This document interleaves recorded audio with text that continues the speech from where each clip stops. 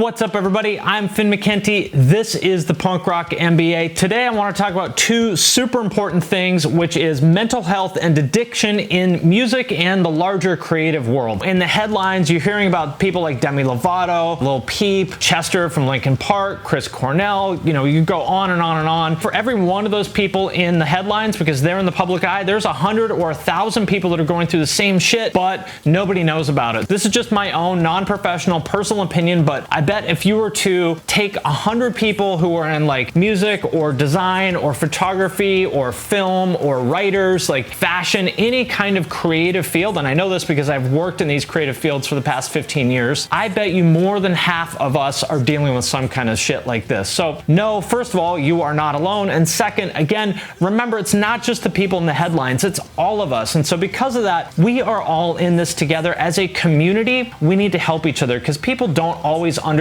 this. People on the outside, like even if their hearts are in the right place, I think it's really hard for somebody who has never dealt with this stuff to understand it. They go, well, why are you sad? I don't understand. Like, there's no reason for you to be sad. No shit. Yeah, I wish I could make it stop. I can't. That's not how this works. Demi Lovato is unfortunately a perfect example of this. This is somebody, she has everything. She's beautiful, she's famous, she's rich, and yet still she can't stay off of drugs and alcohol, you know? And I know she's trying. That's the part that's so sad to watch people like that. They're trying to do the right thing, but they just keep getting clawed back by this shit because it's powerful. And that is exactly why we need to help each other, because people on the outside don't understand this. They say, why are you so sad? Why don't you just stop drinking? But we understand, and that is why we need to come together. We need to help each other get through this shit together as a community. I know that sounds corny, but it's the truth, because look, if we don't look out for each other, who do we have? We're just on our own. We've got to understand that we're all going through this shit and we've all got to help each other get through it. So that brings me to my first point, which is what's happening is that fans are unwittingly encouraging artists and musicians and other people to like get deeper. They're giving people positive reinforcement on this stuff, or they're ignoring it, or worse, they're making a joke out of it. There are a lot of people who I think are dealing with some really serious shit, but nobody thinks about it as that. They just think about it as that's this person's like zany personality. It's just him being him, you know? When in reality, if you think about it, you're like, man, he might be bipolar. He's having a manic episode. Kanye was a great example of this. Like, I saw him on TMZ. I forget what exactly he was talking about, but this thing he went through a couple months ago, I saw him on TMZ, and it was like instantly crystal clear to me that he was having a manic episode. And since then, he came out and said that he's been diagnosed with bipolar, but the initial reaction from people was like, what the fuck? He's out of control, you know, because they didn't know what to look for. For me, looking at it, it was crystal clear. I could tell in 1 second he's having a manic episode, but that's only because I know what to look for. I understand these things in a way that people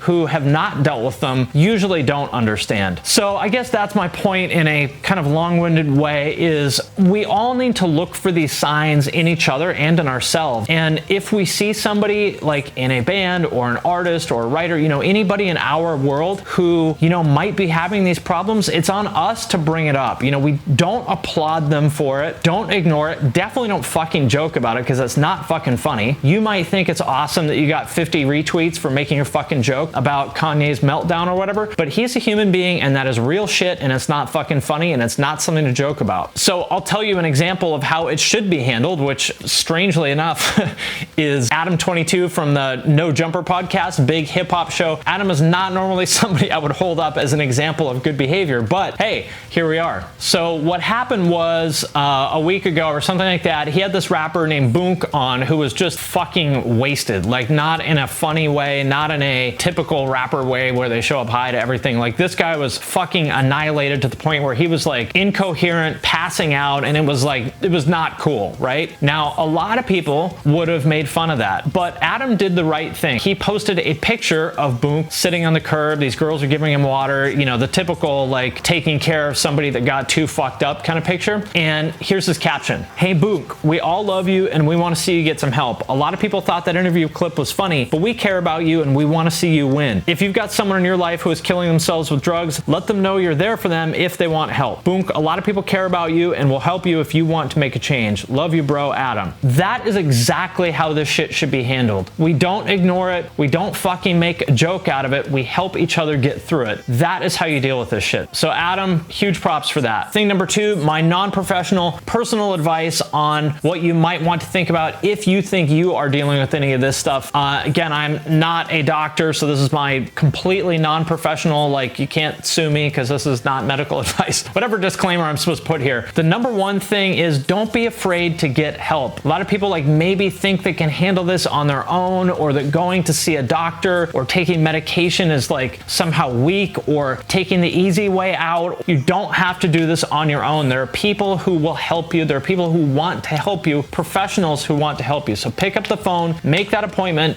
talk to the doctor. If they tell you to take medication, fucking take it. It's not cheating to take a pill. It is not weak. Well, you know, I don't want to rely on a pill for my happiness. Okay, me neither. But that's the world we live in, right? If I take this pill every morning, I don't want to kill myself every day, right? So yeah, I would prefer not to take a pill every morning. I would prefer not to have to deal with that. But shit, it's a whole lot better than life without the pill. It can be really hard to make an appointment with a psychiatrist. For some reason, they're like booked fucking months in advance. So you'll call them and say, hey, you know, I'm going through some shit. I want to see a psychiatrist. And they're like, okay, well, he has some openings in 4 fucking months. And you're like, okay, well, that doesn't help me because I want to jump off a bridge now.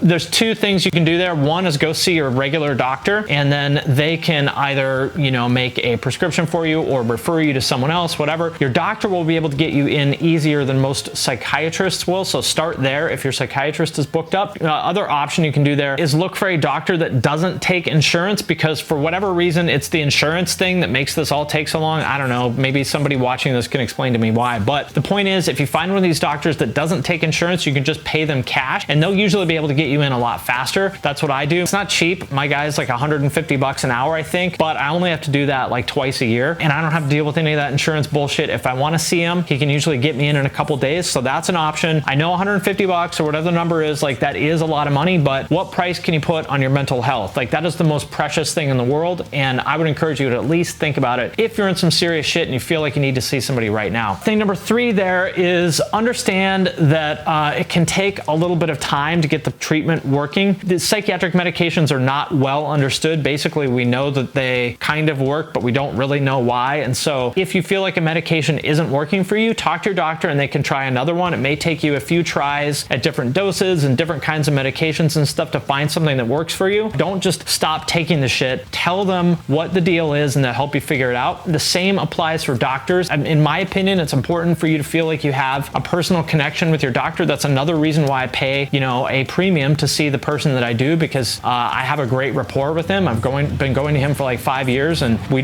get each other. If you feel like your doctor doesn't get it, like they're not listening to you, a lot of psychiatrists for some reason are kind of weird and have bad social skills. It seems like a psychiatrist would need to have really good personal skills, but a lot of them don't. I don't know why. If you feel like you don't have a connection with your doctor, if you feel like they're not listening to you or they don't get it, just go see another one. I know it's really frustrating and it sucks. You know, you want this stuff to get fixed overnight, and I wish it was that easy, but it may take you a couple months or, you know, something like that to try different combinations of drugs, to find a doctor that works for you and all that stuff. But don't give up. There is a light at the end of the tunnel. Life does not have to be as hard as it is for you right now. I'm not saying that there's a pill or some therapy that can like make everything perfect. I still have shitty days too, but they're so much better than they used to be. Like, eventually you'll find something that works for you. Don't play life on hard mode if you don't have to. Like, there are options. Things do not have to feel this bad. If you're going through some shit right now, like, it's probably hard for you to believe that, but it's true, I promise. So don't give up. Go see a professional, follow the plan, keep trying different drugs, keep trying different doctors if you have to, but don't give up. And if you think you know somebody who is going through this shit, help them, like the same way Adam was talking about Boonk. That's how we all need to think about this shit. We're all in this together. More of us are going through this shit than not, so we've all got to look for these signs in each other. We've all got to help each other get through this shit. Okay, I hope that was not too corny. I hope that wasn't too cheesy. I hope it helped somebody. If you like this video, please subscribe to the channel. That's the #1 thing I would love for you to do. Or you can like the video, leave a comment. If you think somebody you know would like to hear this or needs to hear it, send them a link to this. And with that, I will sign off for now, but I will see you next time.